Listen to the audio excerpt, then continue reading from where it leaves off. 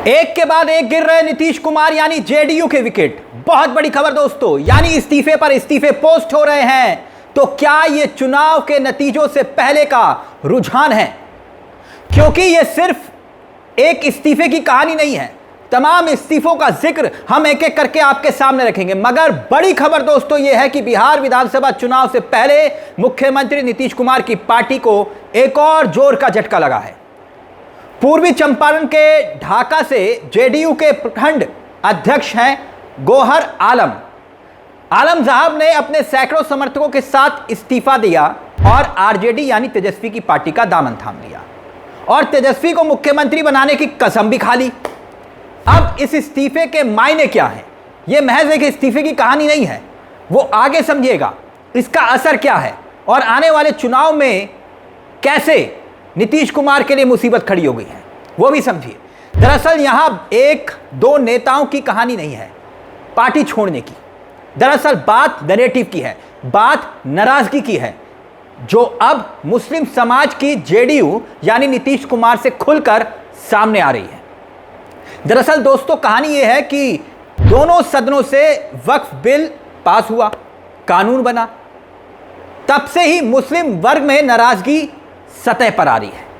नाराजगी ये कि नीतीश कुमार ने मोदी को रोका क्यों नहीं, और दोनों सदनों में जेडीयू ने वक्फ कानून को लेकर सरेंडर क्यों कर दिया। लल्लन सिंह और संजय झा ने तो बिल्कुल बीजेपी की भाषा सदन के भीतर बोली, और यही बात आरजेडी की जो सदस्यता लेने के बाद गौहर आलम हैं उन्होंने कही है। उन्होंने कहा कि जेडीयू पहले सेकुलर हुआ करती थी, सेकुलर पार्टी थी, और अब जेडीयू बीजेपी और आरएसएस की गोद में जाकर बैठ गई। ऐसे में अब बिहार के मुख्यमंत्री नीतीश कुमार को सत्ता में बने रहने का कोई हक नहीं है। जो पार्टी छोड़ रहे हैं वो कह रहे हैं। उन्होंने ये भी कहा कि बिहार विधानसभा चुनाव होना तय है कि तेजस्वी यादव मुख्यमंत्री बन रहे हैं।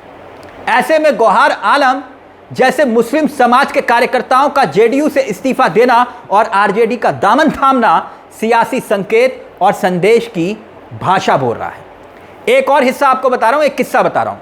अब यह खबर देखिए 7 अप्रैल की, यानी कुछ रोज पहले की। वक्फ संशोधन विधेयक को मंजूरी मिलने के बाद मोतिहारी जिले में एक साथ 15 मुस्लिम नेताओं ने इस्तीफा दिया। नाराज होकर जेडीयू को छोड़ दिया, अलविदा कह दिया, टाटा बाय बाय बोल दिया। मोतिहारी का ढाका मुस्लिम बहुल इलाका है, विधानसभा क्षेत्र है। यहीं के नेताओं ने सामूहिक इस्तीफा देने का ऐलान किया था। अब एक और खबर देखिए, 5 अप्रैल की दोस्तों ये खबर है, वक्फ बिल पर नीतीश की पार्टी में सियासी बवंडर, हेडलाइन है ये, जहां पर लिखा है जेडीयू के 5 मुस्लिम नेताओं ने पार्टी को छोड़ दिया। इसमें राजू नैयर ने इस्तीफा दिया था, फिर तबरेज सिद्दीकी का नाम सामने आया, मोहम्मद शहनवाज मलिक का नाम सामने आया और मोहम्मद कासिम अंसारी ने भी पार्टी को छोड़ दिया। और इसके बाद एक और इस्तीफा हुआ, नदीम अख्तर। यानी राजू नैयर ने अपना इस्तीफे में जो लिखा था मैं वो पढ़ रहा हूं, वक्फ संशोधन विधेयक के पास होने और लोकसभा में समर्थन के बाद मैं जेडीयू से इस्तीफा देता हूं। उन्होंने ये भी कहा कि पार्टी के फैसले से वो बहुत दुखी हैं। मैं इस काले कानून के पक्ष में जेडीयू के मतदाताओं से बहुत आहत हूं और मुसलमानों पर अत्याचार हो रहा है, इसलिए इस्तीफा दे रहा हूं। यानी भयंकर नाराजगी जो अब सतह पर दिखाई दे रही है। एक खबर और चंद रोज पहले की है, 29 मई 29 तारीख की खबर है। 29 तारीख की यह खबर देखिए, बिहार राज्य अल्पसंख्यक आयोग के लिए अध्यक्ष की जिम्मेदारी सीएम नीतीश ने जेडीयू के वरिष्ठ नेता गुलाम रसूल को दिया। दोस्तों ये वही गुलाम हैं जिन्होंने वक्फ कानून पर अपनी नाराजगी जताई थी और यह कहा था कि वो सुप्रीम कोर्ट जाने की तैयारी कर रहे हैं, यानी सुप्रीम कोर्ट में चुनौती देंगे। अब साफ है कि जेडीयू इस बात को समझ चुकी है कि मुस्लिम नेता नाराज हैं, इसलिए तो ये डैमेज कंट्रोल भी किया जा रहा है। जो अब तक पद खाली था उसे तुरंत भर दिया गया और उसी शख्स को बिठाया जो कह रहा था कि वक्फ कानून को लेकर मैं सड़कों पर उतरूंगा और सुप्रीम कोर्ट जाऊंगा। दोस्तों खबर यह है कि वक्फ कानून की वजह से जेडीयू में अब तक कम से कम 2 दर्जन से ज्यादा नेताओं ने इस्तीफा दिया है, 2 दर्जन नेताओं ने, और सबका एक ही कारण है, जेडीयू का वक्फ बिल पर संसद में मोदी सरकार के साथ खड़ा होना। अब सवाल यह कि नीतीश कुमार के स्टैंड से मुसलमान कितने नाराज हैं? क्या इनकी नाराजगी तेजस्वी के लिए मौके पर चौका है? क्या तेजस्वी के पास इस बार मुस्लिम वोट बैंक पूरी तरह से हासिल करने का एक मौका है? क्या बिहार में मुसलमान इस बार नीतीश को जरा भी वोट नहीं करेंगे?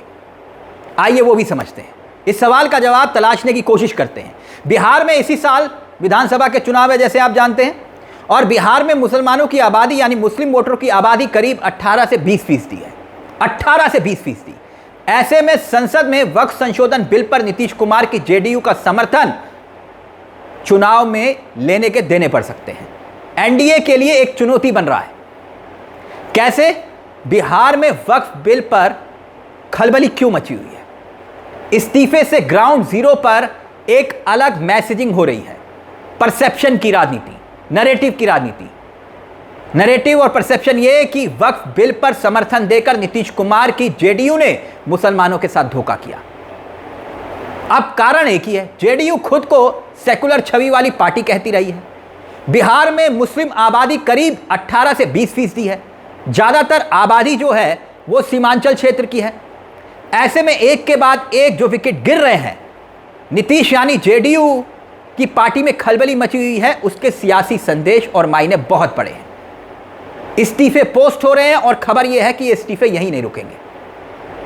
अब चुनाव के नतीजों से पहले का ये रुझान नहीं है तो दोस्तों क्या है? क्योंकि ये सिर्फ एक इस्तीफे की कहानी नहीं है, तमाम इस्तीफों का जिक्र हमने एक एक करके आपके सामने किया। वैसे भी नीतीश और मोदी इस वक्त एक सर्वे को लेकर परेशान हैं। एक सर्वे ने तो नीतीश कुमार की नींद उड़ा दी है और वो सर्वे ये दावा कर रहा है कि तेजस्वी यादव सीएम के चेहरे के तौर पर सबसे बड़ा चेहरा बन के उभरे हैं, यानी लोगों की सबसे पहली पसंद तेजस्वी यादव है। नीतीश का ग्राफ लगातार उसमें नीचे गिरता हुआ दिखाई दे रहा है और वो सर्वे जो है वो इस तरह का है। पिछली बार भी हमने आपको दिखाया था ये सर्वे कि सबसे पसंदीदा चेहरा सीएम का कौन है। तेजस्वी यादव यहां पर 37% लोग पसंद करते हैं उनको और नीतीश कुमार करीब 18%। ग्राफ देखिए कितना नीचे। और प्रशांत किशोर करीब 16.5% और चिराग पासवान 10.5% और सम्राट चौधरी महज 6.5%। दोस्तों इसीलिए यह संकेत और संदेशों की सियासत है और बिहार में राजनीतिक लिहाज से इन इस्तीफों के कई मायने हैं। यह मैंने कहा ना, महज एक इस्तीफा नहीं है, यह परसेप्शन और नैरेटिव की राजनीति का एक हिस्सा है और यहां पर आरजेडी फ्रंट पर दिखाई दे रही है और नीतीश कुमार पिछड़ते हुए दिखाई दे रहे हैं। वैसे भी इस बार कोई गारंटी नहीं है कि बीजेपी उनके चेहरे पर तो चुनाव लड़ेगी, लेकिन बिहार में सीएम उनको बुलाएगी या बनाएगी, लगता तो मुश्किल है, क्योंकि तभी तो विपक्ष चुनौती दे रहा है। अगर दम है तो नीतीश कुमार का ऐलान करिए नाम का और चुनाव लड़िए। खैर ये सियासत है, अभी देखिए आगे आगे होता है क्या, लेकिन इतना ज़रूर है कि बिहार में चुनाव है, इसलिए सियासी तनाव है। इस खबर में दोस्तों मेरे साथ इतना ही, लेकिन चलते चलते एक दरख्वास्त है आपसे कि अगर आपने इस चैनल को सब्सक्राइब नहीं किया तो प्लीज़ सब्सक्राइब कर लीजिएगा, क्योंकि हम सिर्फ खबर नहीं दिखाते बल्कि खबर के पीछे की खबर बताते हैं। नमस्कार, जय हिंद, जय भारत दोस्तों।